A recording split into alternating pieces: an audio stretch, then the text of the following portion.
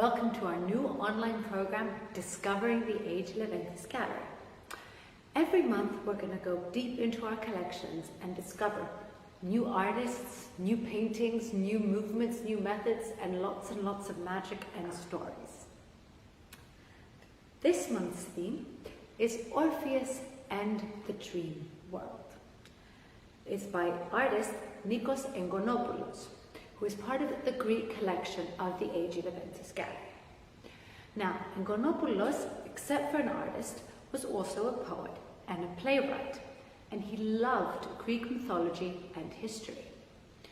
Often, he was inspired by a lot of the myths and legends, and he would put these ideas into his paintings. Do you know any famous characters from mythology or any famous legends? Have a think.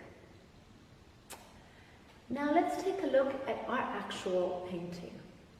Here we have the main character of the painting, Orpheus, who is part of a famous Greek myth. Do you know Orpheus' story? Don't worry if you don't. Have a few minutes and use your imagination looking closely at the painting and think what his whole background story could be all about.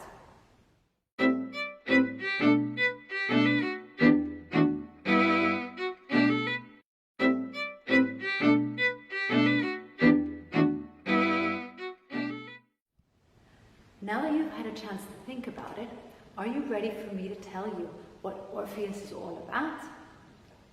Orpheus' story is related to music, which maybe you could guess from the violin that he was playing.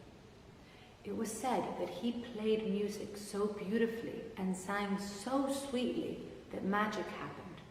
All of the trees in the forest would come close to listen to him, and all of the wild beasts, like this tiger here, would be calm and sitting there. Do you believe in the power of music? Can you think of any circumstances where music makes you happy or sad, calm, confused, curious? Put on one of your favorite songs and move around a bit and get into the mood and see what kind of feelings it might bring out in you.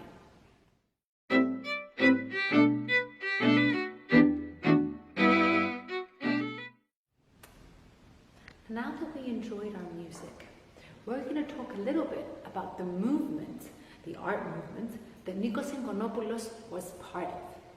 It's called Surrealism. You might have heard that word before. It's a French word, and it means above reality. Now, in what way could we say that this painting is surrealistic? So the idea of surrealism is something is real, but maybe not quite real. For example, here we have a person who is playing a violin, but if we look closely, what do we notice? He has many fingers on his hands. I think here we can count 10 on one and about 12 on the other, the same with his feet. And he's playing a violin in order to calm the wild beast, but there's no chords. He has no eyes, he has no mouth, no nose, no ears to hear this wonderful music.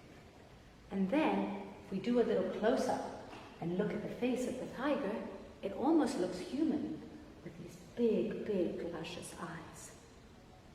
Surrealists were often inspired by their dreams, and this would give them a lot of food for thought when it came to creating their paintings.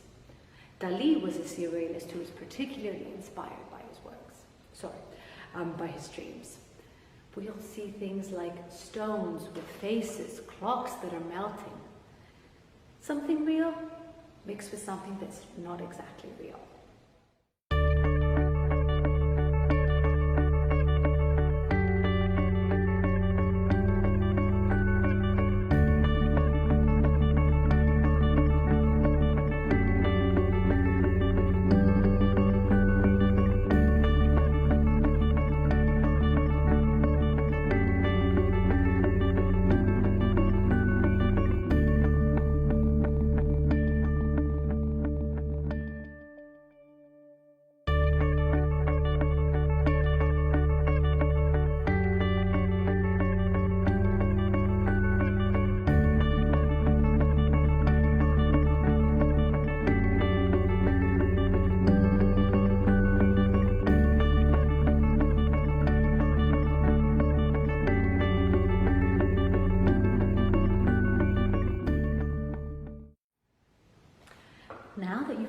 chance to take a look at some wonderful surrealist paintings, it's time for you to make one of your own.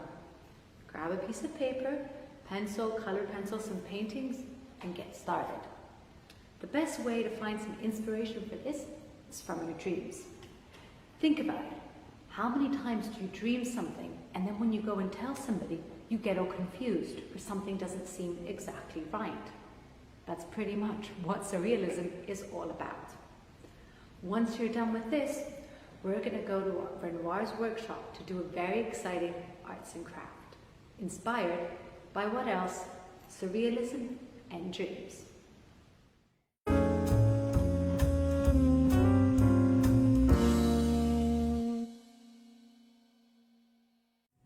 Welcome to the Arts and Crafts segment of our program, Discovering the A in Leventis Gallery. Today we are continuing from the program where we focused on surrealism, looking at Engonopoulos' painting, Orpheus.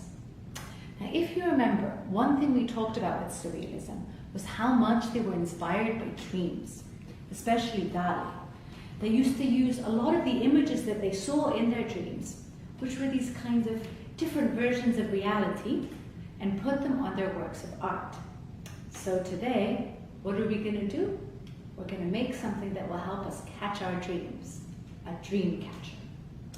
And here are some wonderful examples of the creations that we are going to make today.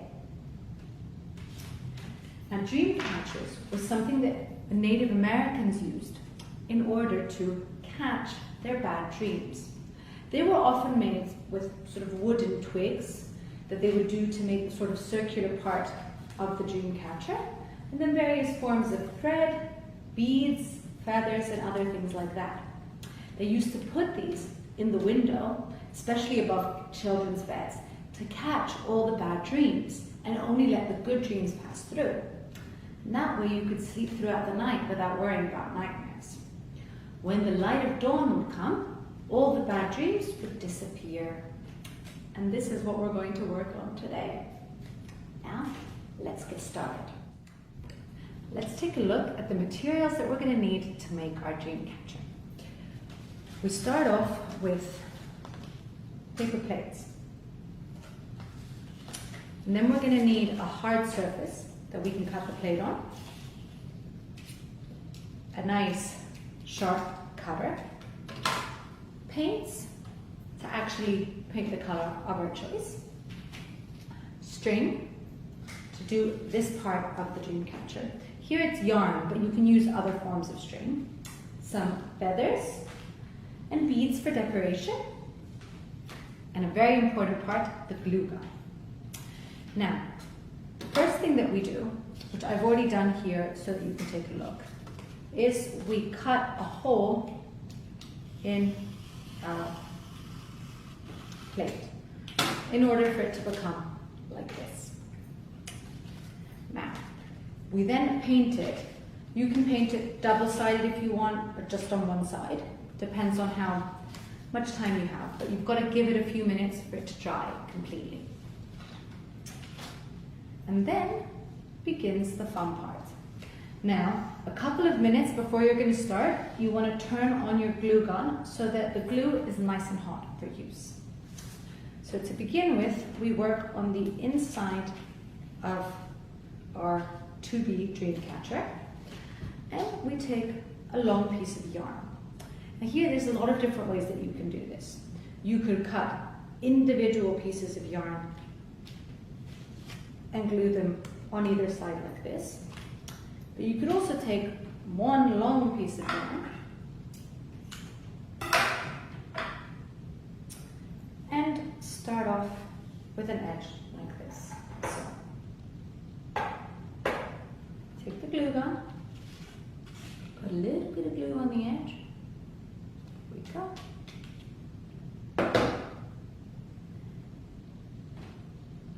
Now, I like to have something just to kind of press it down so I don't burn my fingers.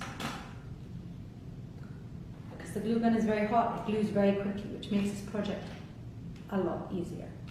Now we do it on the other side, but you can put it anywhere. This is what makes it fun. It's actually really hard to not do a very good version of a dream catcher. So you will go around like this. Now again, it's up to you how you do it. You can try to do a specific pattern if you want, but you can also just kind of go crazy. So I'm not going to do the whole part now because that'll take a while. Maybe you don't want to see me do every single little detail, but just a few little examples to get you started. Now, after, say right now, we have done all of the interior. We also want to make this part here, which is really important. Now, one way of doing that would have been to actually take the end of the string and press it like this to make it double. But if you've forgotten to do that, you can always just cut another piece of string and put it there. And then we do the really fun part, where we individually cut the long pieces of string. Now, as you can see, me and Theodora decided to do a mix of two colors. I think that looks particularly nice. So we cut individual pieces around the same length, but again, the great thing about this is that they're not all straight. Afterwards, you can just cut them to make them an equal side. So you cut various individual pieces. You choose one side, so if this is going to be where you're hanging it, then the pieces need to come on the bottom right here. And then we, again, place dots of glue, just like this, and place our string down a tiny bit like that. Now, after we have put a lot of strings, so here again I'm just showing you a couple, we close our dream catcher with the other side, like that. Which again, pretty simple. You just put a bunch of glue on either side, like this. Now, you want to get the interior bit here done, and the exterior bit there done, because you want all parts of it to stick together.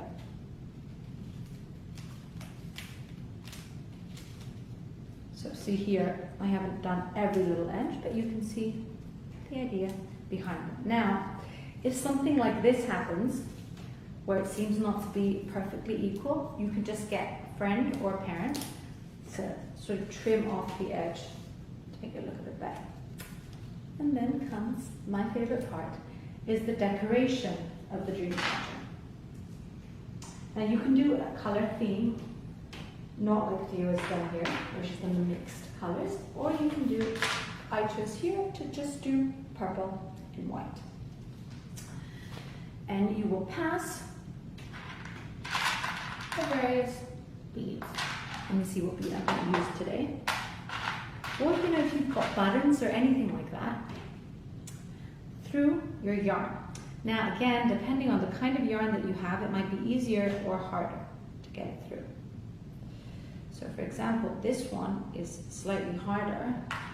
So what I would do is, let me see, I need to get one more piece of material.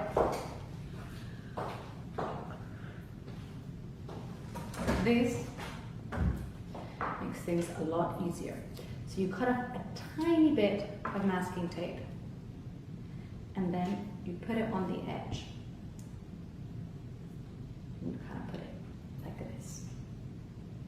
And then you can put it through, well, not through this one, because this one has too small of a hole. There we go. Through your piece. And you tie a knot, either one or two, in order to keep the bead exactly where you want it to be. I also find that just to make sure that it's exactly where I want it to be, but I kind of close it off with a little bit of glue on either side like that.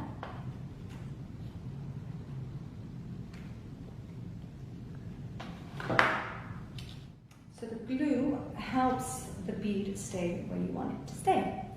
Then after you've bought, obviously we would have had a lot of strings hanging here, so after you've put all the strings and you've slowly put all of the beads on it, you add the last bit, which is the feathers. So here, again, you can do it how you want it and where you want it. There is no right or wrong. So you could also do it on the top bit if you wanted to. But I quite like how it looks on the bottom, so that's where I'm going to do it. Add a little bit of glue and place your feathers. Now, put them on one side and then a tiny bit more like that, just to make sure. There we go. Okay, it's perfectly glued on. So that's the next step. And we finish off with a fantastic dream catcher like this that you can hang next to your window to make sure that you only have good and inspiring dreams and no more nightmares. That's all from me, and we look forward to seeing you next month on our next Discovering the A Leventis.